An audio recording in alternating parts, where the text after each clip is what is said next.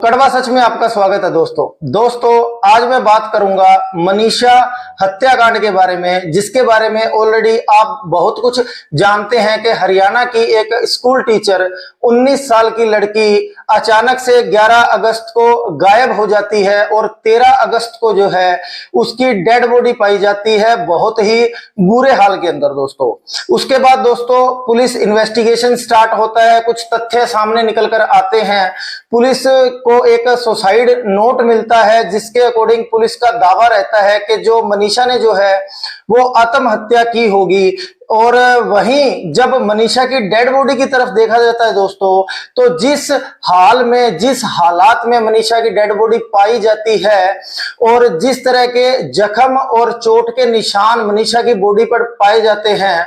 उससे देखकर कहीं भी नहीं लगता कि मनीषा ने जो है वो आत्महत्या की होगी। तो लगातार पुलिस इन्वेस्टिगेशन चलता है लगभग 10 दिन और फाइनली पुलिस इन्वेस्टिगेशन में जो है पुलिस नाकाम रहती है पूरी तरह से अपराधियों को ढूंढ निकालने में। वहीं मनीषा के जो फादर है उनका कहना है कि मेरी जो बेटी है वो किसी भी हाल में सुसाइड नहीं कर सकती, और जो सुसाइड नोट मिला है पुलिस को वो इंग्लिश में लिखा हुआ मिला है दोस्तों। और मनीषा के जो फादर है उनका कहना है कि मेरी जो बेटी थी उसको इतनी इंग्लिश नहीं आती थी कि वो इंग्लिश के अंदर कोई भी हैंड रिटन नोट जो है वो लिख सके। फाइनली पुलिस का इसके अंदर हम फेलर कह सकते हैं कि अभी तक पुलिस इन्वेस्टिगेशन में जो असली अपराधी हैं उनका पता नहीं चल पाया है और मनीषा को अभी तक इंसाफ नहीं मिल पाया है। और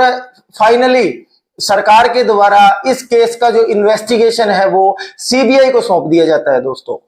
तो दोस्तों हमारे देश में, समाज में जब भी इस तरह का कोई केस, इस तरह की कोई घटना सामने आती है जहां पुलिस की लाख कोशिशों के बावजूद भी अपराधी जो है वो पुलिस की गिरफ्त में नहीं आ पाता है, तो फाइनली जो केस है वो सीबीआई को सौंप दिया जाता है दोस्तों। लेकिन जब भी मैं ऐसी कोई घटना, ऐसा कोई केस हमारे देश का देखता हूं ना दोस्तों, तो पता नहीं मेरा जो ध्यान है, मेरा जो माइंड है वो हमारे देश के बड़े बड़े बाबाओं पर और जो बड़े बड़े ज्योतिष हैं हमारे देश के दोस्तों, मेरा ध्यान अक्सर उनकी तरफ चला जाता है। हमारे देश में इतने बड़े बड़े बाबा बैठे हैं, इतने बड़े बड़े ज्योतिष बैठे हैं दोस्तों, जो किसी का भी पर्चा बना सकते हैं, जो किसी का भी भविष्य बता सकते हैं, भविष्यवाणी कर सकते हैं, जो किसी का भी पास्ट बता सकते हैं कि तूने जो है अपने पुराने सालों में क्या पाप किए थे। कुछ तो बाबा और ज्योतिष आपको ऐसे भी मिल जाएंगे दोस्तों जो आपके पिछले जन्म तक के पाप भी बता देते हैं और ये तक भी बता देते हैं कि आप अगले जन्म में क्या बनने वाले हैं। तो दोस्तों मेरा ध्यान उन बाबाओं पर और उन ज्योतिष पे जाता है कि जब भी कोई सामाजिक ऐसी दुर्घटना होती है किसी की भी बहन बेटी के साथ, तो ये बाबा और ज्योतिष आगे आकर सामाजिक कल्याण के लिए मुजरिमों का पर्चा क्यों नहीं खोलते हैं दोस्तों। अब मैं बागेश्वर वाले बाबा जी के बारे में ही अगर मैं बात करूं तो लाखों करोड़ों सोशल मीडिया के ऊपर उनके फॉलोवर्स हैं दोस्तों। बहुत से लोग हैं जो उनके चमत्कार से हैरान हैं, परेशान हैं। वो लाइव स्टेज शो के ऊपर जो है दोस्तों चमत्कार दिखाते हैं। लेकिन जब भी ऐसा कोई सामाजिक मामला, ऐसा कोई सामाजिक मुद्दा आता है जैसे कि मनीषा हत्याकांड, जब मनीषा, उसकी आत्मा, उसके साथीगण, उसके माँ बाप और पूरा समाज उसको इंसाफ दिलाने के लिए एकजुट होकर लड़ाई लड़ रहा है, तो ये देश के बाबा और देश के जो ज्योतिष हैं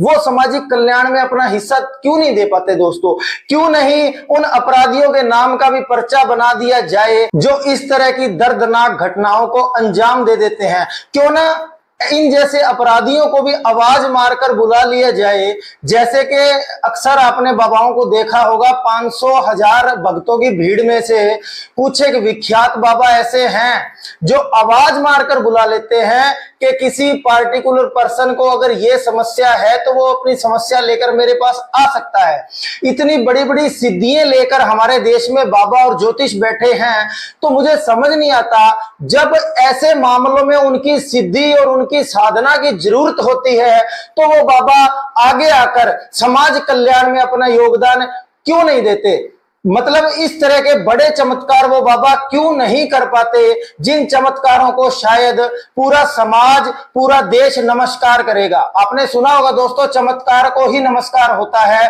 तो ये वो मोमेंट होते हैं चमत्कार करने के, जब एक्चुअल में भक्तों को बाबाओं की और ज्योतिष की जरूरत होती है कि इस तरह के कोई चमत्कार करिए, जो अपराधी पुलिस से नहीं पकड़े जा रहे हैं उनको आप पकड़ के दिखाइए। या फिर ये बाबा कुछ इस तरह की बातें करने के लिए ही सिद्धि हासिल करते हैं कि भाई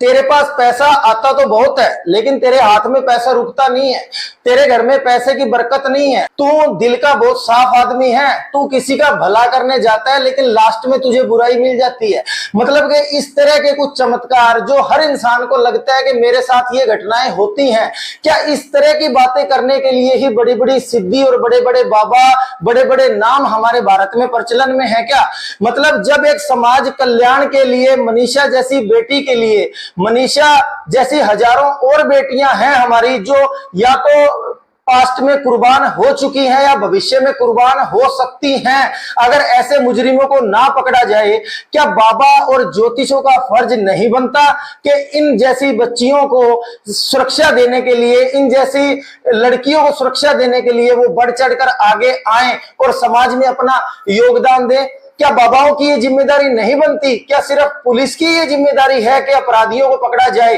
ठीक है, मैं मानता हूं पुलिस की जिम्मेदारी है,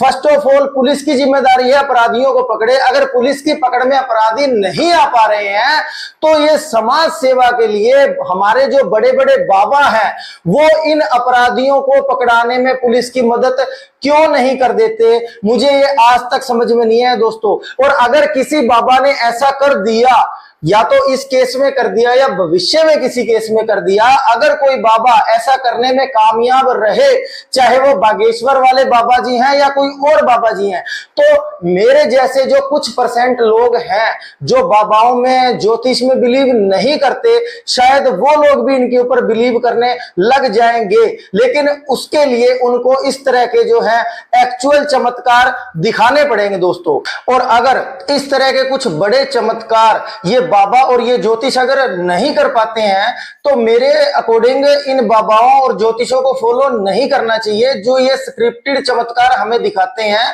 उन चमत्कारों को देखते हुए इनके फॉलोवर्स नहीं बनना चाहिए अकॉर्डिंग टू मी। और अब अगर मैं बात करूं कि मनीषा और उसकी फैमिली को इंसाफ दिलवाने के लिए जो मुहिम चल रही है, पूरे भारत से लोग कैंडल मार्च निकालकर मनीषा और उसकी फैमिली को सपोर्ट कर रहे हैं पूरे भारत से, चाहे वो आंध्र प्रदेश हो, गुजरात हो, महाराष्ट्र हो, हरियाणा हो, पंजाब हो, राजस्थान हो, देश के तमाम हिस्सों से मनीषा और उसके परिवार को इंसाफ दिलाने के लिए लोग आवाज उठा रहे हैं। और जो लोग मेरी इस वीडियो को देखने वाले हैं, जो इस वीडियो के व्यूअर्स रहने वाले हैं, मैं उनसे भी रिक्वेस्ट करूंगा कि मनीषा और उसकी फैमिली को इंसाफ दिलवाने के लिए इस मुहिम का हिस्सा बने, लेकिन किसी भी तरह का पब्लिक वायलेंस ना करें। इस मुहिम का हिस्सा बने, लेकिन शांतिपूर्वक तरीके से इस मुहिम का हिस्सा बने और मनीषा और उसके परिवार को इंसाफ दिलाने के लिए अपनी अहम भूमिका निभाएं। क्योंकि आज जो मनीषा के साथ हुआ है, अगर इसके अपराधी नहीं पकड़े गए तो ये कल को 10, 20, 50, 100, 500, 1000 कितनी भी दूसरी मनीषा के साथ भी हो सकता है। और वो मनीषा आपकी, मेरी या किसी की भी बहन और बेटी हो सकती है। हमारे देश के जो बड़े बड़े संगठन है, चाहे वो ब्राह्मण समाज का संगठन है, राजपूत समाज का संगठन है या किसी भी जाति, बिरादरी या समुदाय का संगठन है, मैं उनसे भी ये रिक्वेस्ट करना चाहूंगा कि मनीषा और उसके परिवार को इंसाफ दिलाने के लिए आवाज उठाएं, आगे बढ़ें। और वीडियो को खत्म करते हुए बस मैं अंत में ये बिल्कुल नहीं कहूंगा कि मेरे वीडियो को लाइक करें, मेरे पेज को फॉलो करें, लेकिन मैं इतना जरूर कहना चाहूंगा दोस्तों, अगर किसी को मेरा वीडियो अच्छा लगा है, मेरी बातों में सच्चाई नजर आती है, तो वो इस वीडियो को शेयर जरूर करे। इट्स ऑल अबाउट कड़वा सच। Thank you very much.